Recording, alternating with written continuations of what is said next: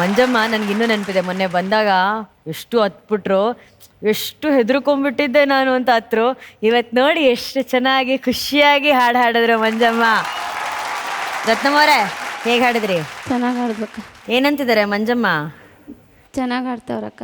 ಮಂಜಮ್ಮನ ಚೆನ್ನಾಗಿ ಆಡ್ತಿದ್ದಾರಾ? ಈ ನಗು ನೋಡ್ಬೇಕಂತಾನೆ ಈ ವೇದಿಕೆ ಮೇಲೆ ನಾವು ಉಳಿಸ್ಕೊಂಡಿರೋದು.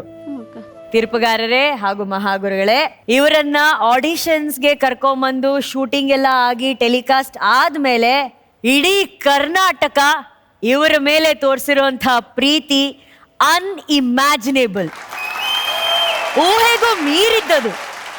ಕರ್ನಾಟಕದ ಕನ್ನಡಿಗರ ಹೃದಯ ಶ್ರೀಮಂತಿಕೆಗೆ, ಅವರ ಪ್ರೀತಿಗೆ, ಅವರ ಒಳ್ಳೆತನಕ್ಕೆ ಈ ಸರಿಗಮಪ ವೇದಿಕೆ, ಜೀ ಕನ್ನಡ ನಾವು ಯಾವಾಗಲೂ ಚಿರಋಣಿಯಾಗಿರ್ತೀವಿ. ಅಟ್ ದ ಸೇಮ್ ಟೈಮ್ ಇನ್ನೊಂದು ವಿಷಯನ ನಾನು ಮತ್ತೆ ಹೇಳಕ್ ಇಷ್ಟಪಡ್ತೀನಿ. ಇವರನ್ನ ಜೀ ಕನ್ನಡದ ಈ ವೇದಿಕೆ ಮೇಲೆ ನಾವು ತಂದಿರೋದು ಇವರಿಗೆ ಒಂದು ಗೌರವಯುತವಾದಂತಹ ಡಿಗ್ನಿಫೈಡ್ ಲೈಫನ್ನು ಕೊಡಬೇಕು ಅನ್ನೋ ಆಸೆಯಿಂದ. ನಿಮಗೆ ಎಷ್ಟು ಪ್ರೀತಿ ಬರ್ತಿದೆಯೋ ಅದೇ ರೀತಿ ಮತ್ತೊಂದು ಕಡೆ ಇವರನ್ನ ಅಂದರೆ ಈ ಸಿಚುವೇಶನನ್ನು ಬಳಸ್ಕೊಂಡು ಹೆಲ್ಪ್ ಮಾಡೋ ನೆಪದಲ್ಲಿ ಬರ್ತಾ ಇರುವಂಥ ಒಂದಷ್ಟು ಹೆಸರುಗಳು ಕೂಡ ಜಾಸ್ತಿ ಆಗ್ತಾ ಇದೆ ದಿನದಿಂದ ದಿನಕ್ಕೆ. ಇದನ್ನ ಯಾವುದೇ ರೀತಿಯ ಒಂದು ಪ್ರಚಾರಕ್ಕೂ ಕೂಡ ನಾವು ಮಾಡ್ತಾ ಇಲ್ಲ. ಇದನ್ನ ನಾವು ಮಾಡ್ತಾ ಇರೋದು ಬಹಳ ಶ್ರದ್ಧೆಯಿಂದ ಮತ್ತು ಬಹಳ ಶಿಸ್ತಿನಿಂದ. ಇವರಿಗೆ ಬದುಕು ಗೌರವಯುತವಾಗಬೇಕು ಅನ್ನೋ ಒಂದು ಆಸೆಯಿಂದ ಅಷ್ಟೇ. ದಯವಿಟ್ಟು ಇವರಿಗೆ ಯಾರಾದರೂ ಹೆಲ್ಪ್ ಮಾಡಬೇಕು ಅನ್ನೋ ಆಸೆ ಇದ್ದಲ್ಲಿ ನಾವು ಅದನ್ನ ದಾನ ಅಂತ ಕರೆಯಲ್ಲ. ಇವರ ಹಾಡನ್ನ ಮೆಚ್ಚಿ ಯಾರಾದರೂ ಕೊಡುಗೆ ಕೊಡಬೇಕು ಅಂತ ಅನ್ಸಿದ್ರೆ ಈಗ ನಿಮ್ಮ ಸ್ಕ್ರೀನ್ ಮೇಲೆ ಒಂದು ಫೋನ್ ನಂಬರ್ ಬರುತ್ತೆ. ಹೆಚ್ಚಿನ ಮಾಹಿತಿ ಬೇಕಂದ್ರೆ ಆ ನಂಬರಿಗೆ ಮಾತ್ರ ಕಾಲ್ ಮಾಡಿ ಇವರಿಗೆ ನೀವು ಕೊಡುಗೆ ಕೊಡೋದಕ್ಕೆ ಬೇಕಾಗಿರುವಂತಹ ಡೀಟೇಲ್ಸ್ ಅನ್ನ ಪಡಿಬಹುದಾಗಿದೆ. ಫಿನಾಲೆ ವೇದಿಕೆಯಲ್ಲಿ ಅಷ್ಟು ದುಡ್ಡನ್ನ ಒಟ್ಟಿಗೆ ಸೇರಿಸಿ ಇವರ ಅಕೌಂಟ್ಗೆ ಹಾಕಿ ಇವರಿಗೆ ಒಂದು ಗೌರವಯುತವಾದಂತಹ ಬದುಕನ್ನ ಕೊಡಬೇಕು ಅನ್ನೋದು ನಮ್ಮೆಲ್ಲರ ಆಸೆ.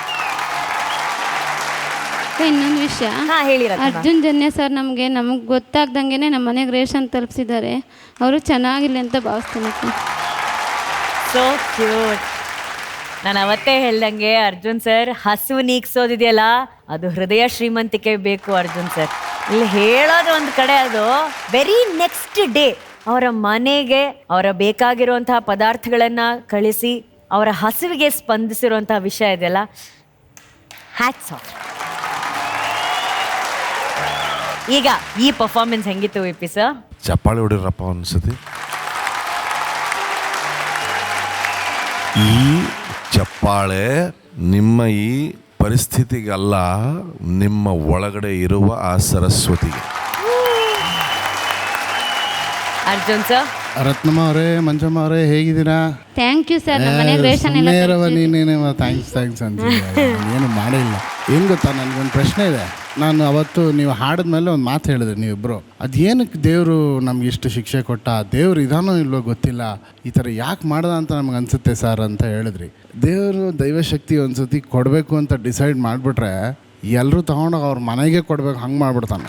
ಹುಡ್ಕೊಂಡು ಹೋಗೋದು ಬೇಡ, ಏನು ಹುಡ್ಕೊಂಡೋಗೋದ, ಎಲ್ಲ ಮನೆಗೆ ಹುಡ್ಕೊಂಬಂದ್ಬಿಡುತ್ತೆ. ಇದಿಷ್ಟೂ ನೀನು ಆ ತಾಯಿ ಮಾರಮ್ಮನ ದೇವಸ್ಥಾನದ ಎದುರುಗಡೆ ಹಾಡ್ತಾ ಇದ್ದಿದ್ದು. ಆ ಮಾರಮ್ಮನಿಗೆ ದಿನ ನೀನು ಲಾಲಿ ಹಾಡ್ದಂಗೆ ಕೇಳಿದೆ. ಯಾವಾಗಲೂ ನಮ್ಮ ಮಕ್ಕಳು ಹಾಡ್ತಾ ಇದ್ದಾರೆ, ಇವತ್ತು ಹಾಡ್ತಿದಾರ ಅಂತ. ಅದು ಆಶೀರ್ವಾದ ಕಂಪ್ಲೀಟಾಗಿ ನಿನ್ನ ಮೇಲಿದೆ ತಾಯಿ.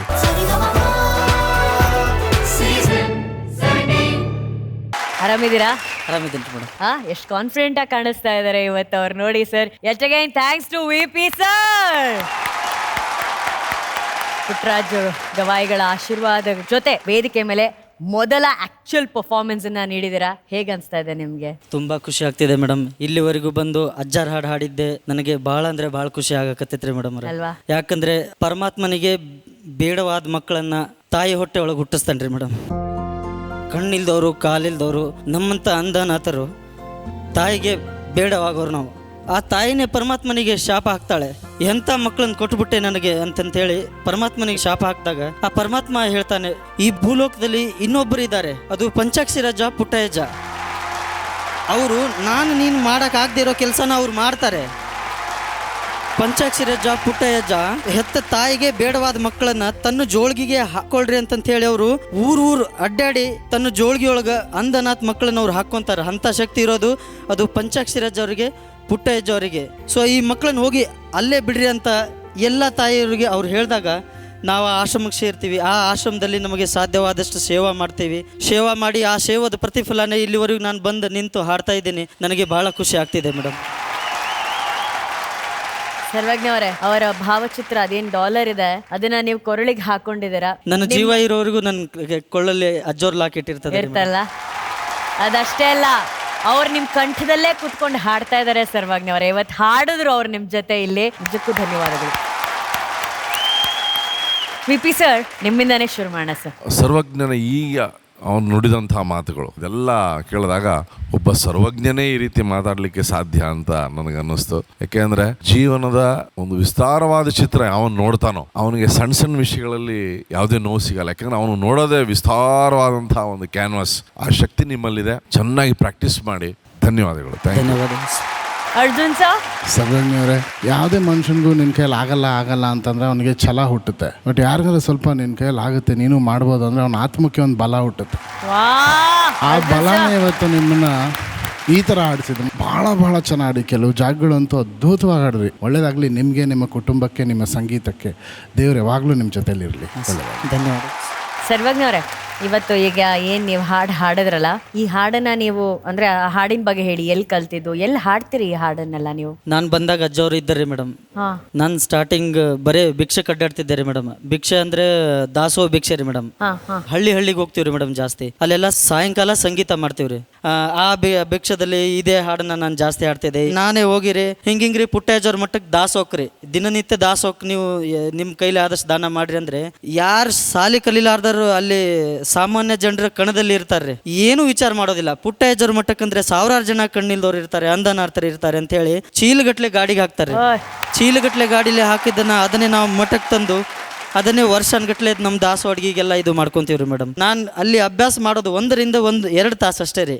ಅದ್ರ ಉಳ್ಕಿದ್ ಎಲ್ಲ ಸಮಯದೊಳು ಅಲ್ಲಿ ನಾನು ಸೇವೆ ಮಾಡಕ್ಕೆ ಇಷ್ಟಪಡ್ತೀನಿ ರೀ. ಅದರಲ್ಲಿರೋ ಸುಖ ನನಗೆ ಬೇರೆ ಇನ್ನೊಂದ್ರೊಳಗೆ ಯಾವ್ದ್ರೊಳಗೂ ಈ ಜೀವ ಇರೋರ್ಗು ಆ ಮಟ್ಟಕ್ಕೆ ಸೇವೆ ಮಾಡ್ತೀನಿ ರೀ. ನೀವ್ ಹೇಳಿದ್ರಿ ನೀವು ಬಹಳ ಸಣ್ಣವರಿದ್ರಿ ಅವ್ರನ್ನ ನೋಡಿದಾಗ, ಅಜ್ಜಯ್ ಅವ್ರನ್ನ ನೀವು ನೋಡಿದ್ದಂತ. ನಾನು ಬಹಳ ಚಿಕ್ಕವನು. ನೆನಪಿದ್ಯಾ ನಿಮ್ಗೆ ಅದು? ಅವ್ರನ್ನ ನೋಡಿದ್ ಮೊದಲನೇ ದಿವಸ ಅವ್ರ ಏನಾದ್ರು ಹೇಳಿದ್ದು? ನಮ್ಮಪ್ಪ ನಾವು ಇಬ್ರು ನನಗೆ ಸಂಗೀತ ಹಚ್ಬೇಕಂತ ಹೇಳಿ ನಮ್ಮ ಅಪ್ಪಾಜಿ ಅವ್ರು ಅಲ್ಲಿದ್ದ ಬಂದ್ರಿ ಮೇಡಮ್. ಅಲ್ಲಿ ಬಂದಾಗ ನಮ್ಮ ಅಪ್ಪಾಜಿ ಅವ್ರಿ